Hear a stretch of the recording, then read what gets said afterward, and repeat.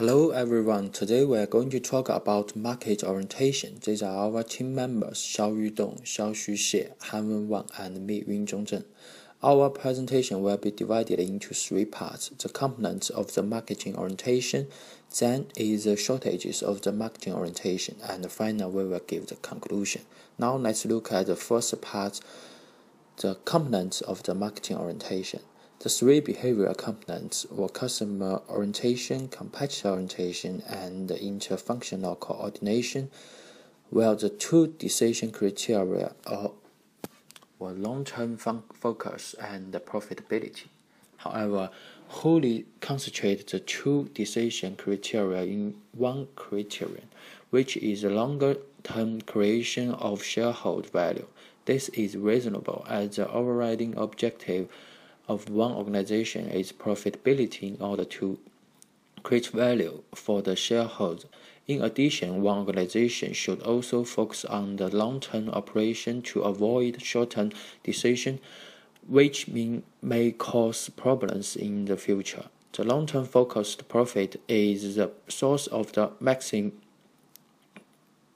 shareholder value. There is another new emphasized component is organizational culture. Every organization has its own culture, particularly for organizations which are marketing oriented. Its main culture should be customer focused. In the concept, the culture should serve the customer. All the employees as well as the managers should pay more attention to customers' needs, satisfaction, and feedbacks. Unlike the previous concept, wholly focused on customers much more, which was the bright spot. That was the right strategy one company should always take. Levitt described the market Mappier theory in his paper, which indicated that most companies which sank into a different position had ignored the customer's need and value. It was the change of the customer's need rather than the market saturation that led the failure of one company. The company should also take measures to make sure that all its departments and function groups use all the resources to serve the customer better. All these actions are good for the long-term creation of shareholder value, which is the overriding business objective. Here we take the famous Chinese company Alibaba as an example. Alibaba is the most famous e-commerce company nowadays in the international capital market and just listed the New York in September this year. Internally, based on the different customer groups, Alibaba Group divided its business mainly into three categories, which are B2B, B2C, and C2C. Besides, for customers from different areas, it also developed domestic and abroad product lines respectively. 6 sub-brands consist of Alibaba's main business structures to satisfy the different needs of different customers. Externally, Alibaba did competitor analysis in the very beginning when Jack Ma started to run this business in 1998. The C2C company eBay and the B2C company Amazon came to China in the year 2002 and 2004 respectively, and the Chinese B2C company JD founded in 2004. These three companies are the main competitors of Alibaba. However, the foreign companies faced culture shock, while the Chinese competitors are too late to gain a great number of customers. In addition, when Alibaba becomes mature, it provides all products that its competitors can provide, with more user-friendly and better functions. For example, as a C2C platform, eBay took commissions from the sellers as its revenues, where Alibaba's service for the sellers is all free and its revenues are from advertisement in the platform. When it comes to interfunctional coordination, Alibaba also performed well and all resources are used.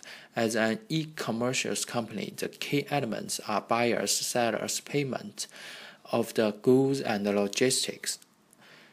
Alibaba provides platforms like 1688.com, Alibaba.com, Taobao.com, and Tmall for different buyers and sellers. After they reach the deal, the customer can use Alibaba's logistics network Cainiao to send and receive the goods, and use Alibaba's payment through Alipay to pay and receive the money. Alibaba tries to use all its resources to maintain the user within its own group and to give more convenience to its customers. The mission of Alibaba is making there is no hard business in the world. They want to provide the most easy way of doing business and provide effective and efficient products or platform for its customers. The market orientation of Alibaba is as shown as the picture. Alibaba focuses on the customers in all four aspects, both short-term and long-term. It operates like this. There is no need to overemphasize the shareholders. A suitable market orientation strategy will eventually lead to the maximum of the shareholder value. Now let's turn to the second part, the shortage of the marketing orientation. Firstly, the perspective was to focus on customers, particularly in their opinion. The interfunctional coordination and culture should all serve the customer satisfaction. However, as a railroad company, it should get a balance among the customers, the staffs, and its stakeholders. Internal functional coordination should not only aim on the usage resources, as described by Davenport, with the help of modern tools like cloud computing and big data, one company can and should also focus on the effective cooperation between different departments to fund additional capacity or save wasted energy. This may save the working time, which is well received by the staffs. Meanwhile, it can also create efficiency for the whole company, which is good and will be highly valued by the shareholders. The logistics company UPS had a good example of interfunctional coordination. The sensor in the trucks collect data about speed, direction, braking, and drivetrain for engineers and managers to evaluate and suggest better performance. In addition, the data about the traffic condition, goods amounts, and destination in the warehouse and other information are all summarized in the information department. The best routes, loads, and the times can be designed to get the best efficiency. Besides customers, the culture should also pay more attention to the staffs. To maintain a stable and creative staff team is much helpful for the long-term sustainable development of one company. When it goes this, Alibaba invented 3 related staffs, both internal and external, and 5 customers, both sellers and buyers in Alibaba's platform, to opening bell ceremony. The second shortage of the perspective was that it ignored corporate social responsibility from outside.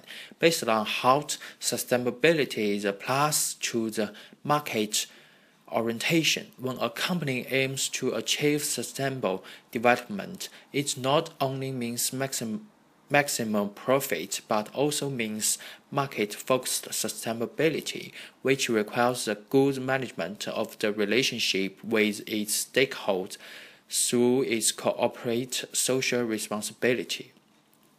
The most common ways to take corporate social responsibility is to make donations. Below are some famous philanthropists in the world: Warren Buffett, Bill Gates, George Soros, Gordon Moore, Jack Ma.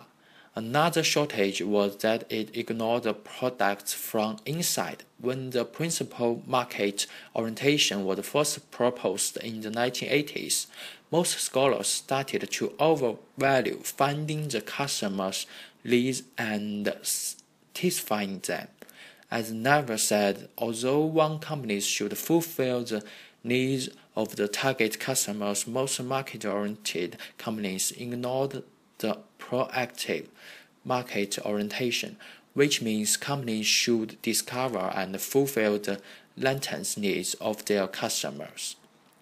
Companies should forecast the latent needs of the potential customers and provide new products that may attract the customer to use. To achieve the proactive market orientation, one company should invest much on developing the new attractive products. Now let's look at some examples. Apple won the biggest market share because it forecasted the needs of large-screen smart mobile phone, while Nokia lost because it only fulfilled the customers responsively.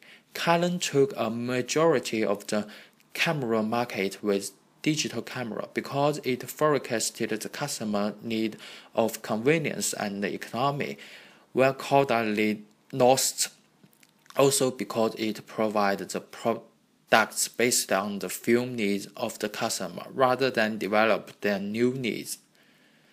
In conclusion, we recommend that the market orientation should include the following 7 components. First, the primary and overriding business objective is the long-term creation of shareholder value. Then, the other 6 components are customer orientation, competitor orientation, product orientation, interfunctional coordination, organizational culture, and corporate social responsibility. Thank you for our presentation.